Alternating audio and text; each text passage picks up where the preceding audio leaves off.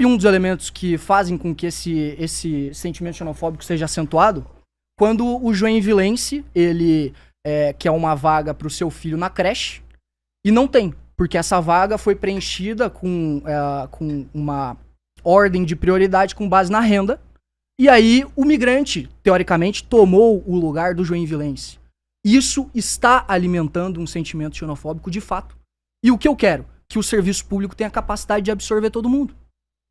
E aí, esse sentimento xenofóbico, ele tende a diminuir. Você fala que o Pará é um lixo, que as pessoas do Norte eu falo e Nordeste que o Pará é vão um transformar num lixo. favelão. Eu nunca falei isso, eu acabei de falar que eu nunca falei isso. Que o Pará é um lixo e O que as Pará é um pessoas lixo. estão vindo e que estão pressionando o serviço público Sim, e que as tem pessoas, xenofobia, no geral, você estão está vindo. se aproveitando do sentimento da xenofobia com uma peça de Cara, comunicação. isso que não tá dizendo é você, velho. Sim, óbvio que eu tô Isso que tá dizendo. dizendo é Eu tô você. debatendo contigo, não é mais ninguém que tá dizendo. Sim, Só pode ser eu que tô dizendo. Mas você tá dizendo com base no Não nada. são fantasmas, estão Você dizendo. tá Sou eu dizendo que tô dizendo. Sim, você tá dizendo com base no nada. Não, tô Porque dizendo com você base não- no nada. Tô dizendo com base na sua fala, Não, que falou você que tá o Pará é um dizendo- lixo. você tá dizendo Tô que- dizendo com base no seu projeto de lei que aumenta a burocracia e não resolve o problema. Tô dizendo a partir da sua fala incoerente, que se diz nacionalista e quer criar muros dentro do próprio país. Quem tá se complicando é você, não coloca a questão pra cima de Que mim. muro, cara? Que muro que eu quero criar, cara? Um muro burocrático da pessoa ter que indicar Da pessoa ter que fazer um ela registro vai... habitacional. Exato, que vai envolver Que um acontece custo no centro do logístico, direito constitucional no que mundo. vai envolver um custo de recursos humanos para uma máquina pública que já tem dificuldade em fazer a gestão de todas as outras questões. E repito, numa péssima alocação de recurso público que não resolve nem o problema de Santa Catarina, nem o problema do Norte e Nordeste, mas gera convite para podcast, entende? Não, olha só, vamos lá, você tá me dizendo... Aí, inclusive, a gente pode até voltar para outra questão. É porque você disse que a gente, de novo, não tem capacidade de investimento público suficiente para fazer um registro habitacional, mas a gente consegue, né, fazer políticas habitacionais para conter todo esse avanço, né, de favelização. Né? Como? Como o quê? Desculpa. Como O que você tá falando? como que a gente... De novo, Vai lá. você disse que a gente não tem investimento público suficiente para fazer um registro habitacional, mas que a gente tem que fazer política habitacional. Se a gente não tem nenhum investimento público para fazer esse registro habitacional, como é que a gente tem para fazer política habitacional? Tem uma série de recursos internacionais do BID, do Banco Mundial, que podem ser buscados. Inclusive, a tese minha no mestrado fala exatamente sobre isso. Sim. Em treinar escritórios de projetos da prefeitura. Eu estudei o caso de Barro Alto, em Goiás, onde justamente uma mineradora se instalou. E uma das questões que eu identifiquei que tem um impacto grande nessa questão é a implantação de um escritório de projeto que ensine os técnicos da prefeitura a, inclusive, buscar dinheiro internacional para isso. Outra coisa, tem dinheiro do Ministério das Cidades que também fica lá parado por falta de projeto. Tem uma série de financiamentos do BNDES que poderiam ser buscados.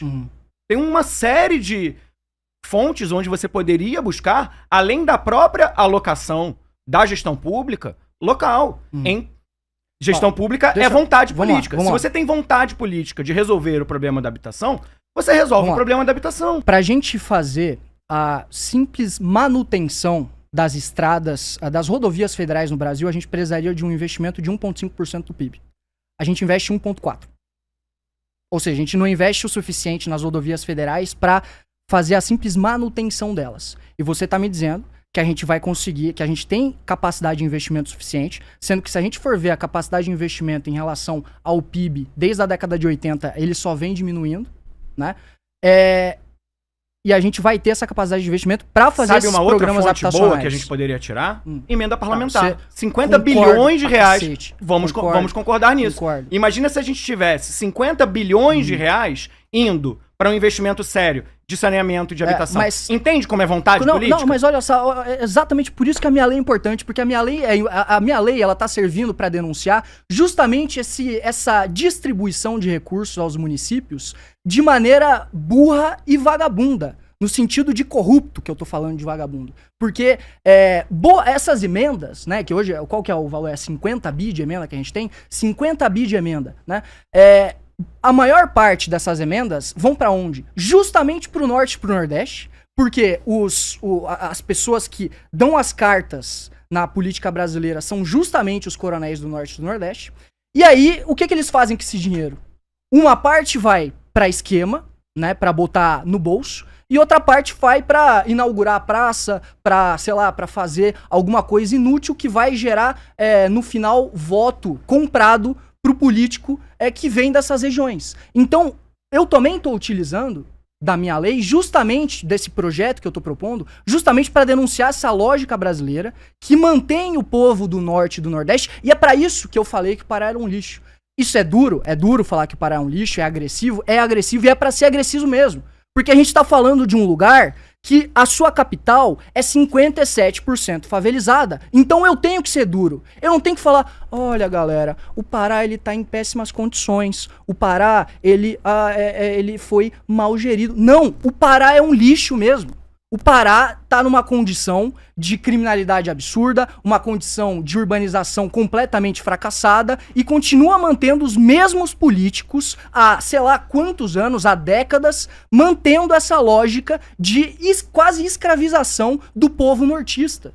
Né? Então, essa lei, ela serve também para denunciar essa lógica absurda que a gente tem das emendas parlamentares, inclusive.